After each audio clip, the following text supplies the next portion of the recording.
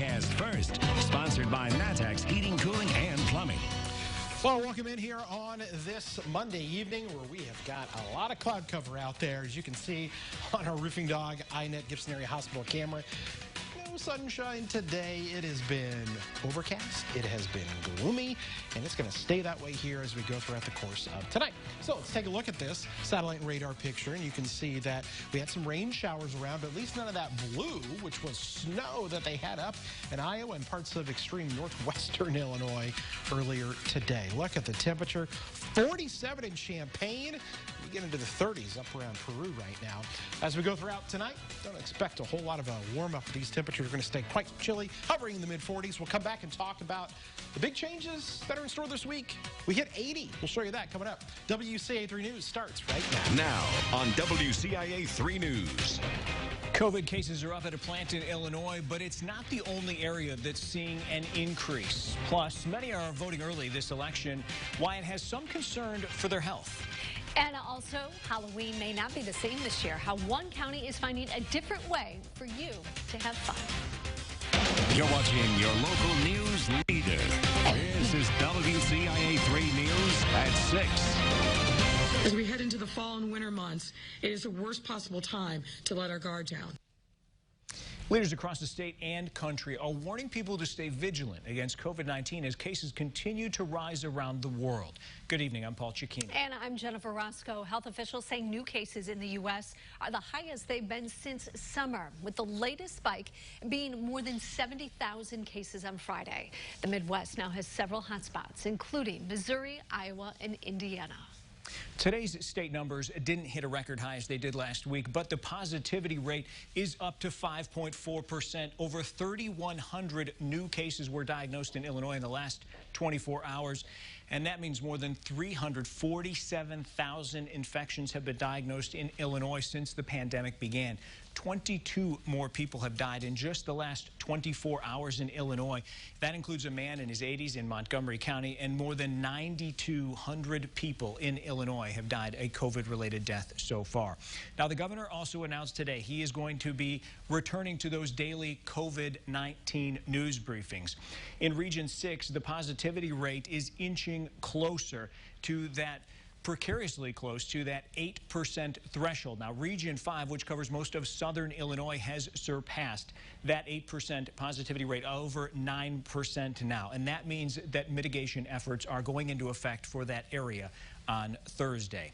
So looking at the county level, at least 34 counties across the state are at that warning level, and that includes Christian, Macon, and Vermilion counties. Now, the rolling 7-day positivity rate in Douglas County is at 11%. WCIA 3's Jen Last stopped there today, where one of the area's biggest employers is responding to a rise in cases as well. So, Jen, tell us what's going on at Libman Company. Well, Jennifer, up until just about last week, the company had 20 total COVID-19 cases, 3 of those being active. But starting last Thursday through today, Libman Company has seen 37 new cases of COVID-19.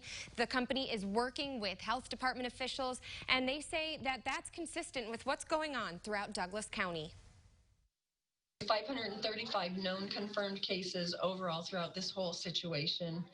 188 of those are newly confirmed or active just in the past 2 weeks. With the rolling positivity rate now sitting at 11.6%, health officials are worried people are getting quarantine fatigue and not following safety guidelines.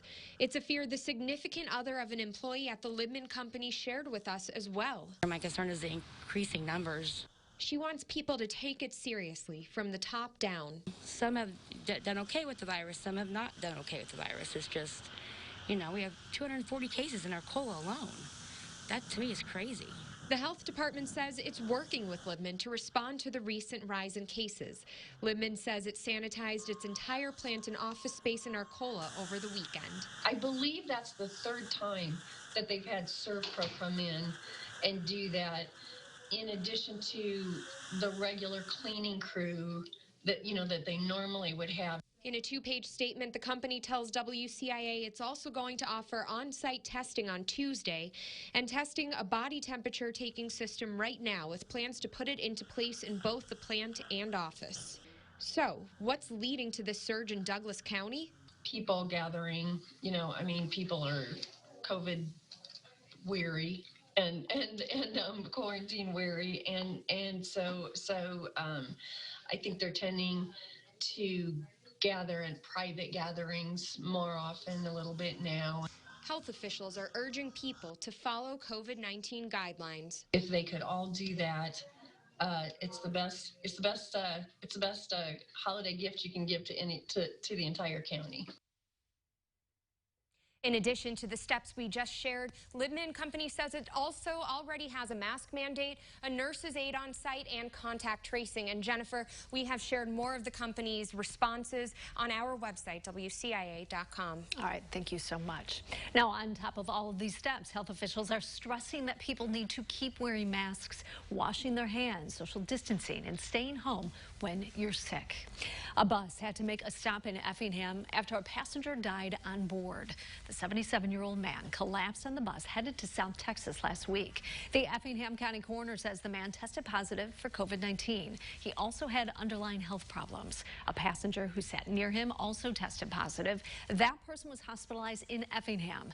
The bus didn't stop long and went on to Texas. Some passengers did isolate. Others were allowed to continue traveling. Officials didn't say how many people were on the bus. Danville is moving all students to remote learning. Starting today, all schools and offices are closed because of the rising number of COVID-19 cases in Vermilion County. They have more than 1,300 infections. A cleaning service is scrubbing down the buildings. Students are expected to go back to hybrid learning on November 4th. Now, to get the latest on all of our COVID-19 coverage, you can download our WCIA 3 News app. Decatur police are investigating after shots were fired near homes in 2 separate cases over the weekend. A Park City mobile home near the intersection of Kent and Delta Avenue was shot at Saturday evening. Police found 13 casings around the home. They also found 17 casings fired from 3 different guns near the intersection of 16th and Clay. Neighbors say this violence doesn't represent the entire area. The people around here, I believe in the community around here, and I believe it's just a small fraction causing problems, and I'm going to fight the good fight. Police say there was damage, but no one was hurt. Decatur police also say a teenager was shot last night. It happened at the Marathon gas station on Larkdale. They say the 19-year-old got into an argument with someone who was driving a gray pickup truck. They say that man shot him in the leg. He is expected to be okay. Police are reviewing surveillance video, but are asking anyone with information to call them. The pandemic isn't stopping some from having a little Halloween fun, what people are searching for across one county. And also tonight, it's good news for one career field during the pandemic. Which one is seeing a surge in students? Overcast and gloomy across the area. We've got potential for some more showers to show up. And boy, do we have an interesting week ahead when it comes to our weather. We're going to talk about those changes when we come back, which include a big warm-up. Also, we'll talk about thunderstorms that are in the forecast when we come back.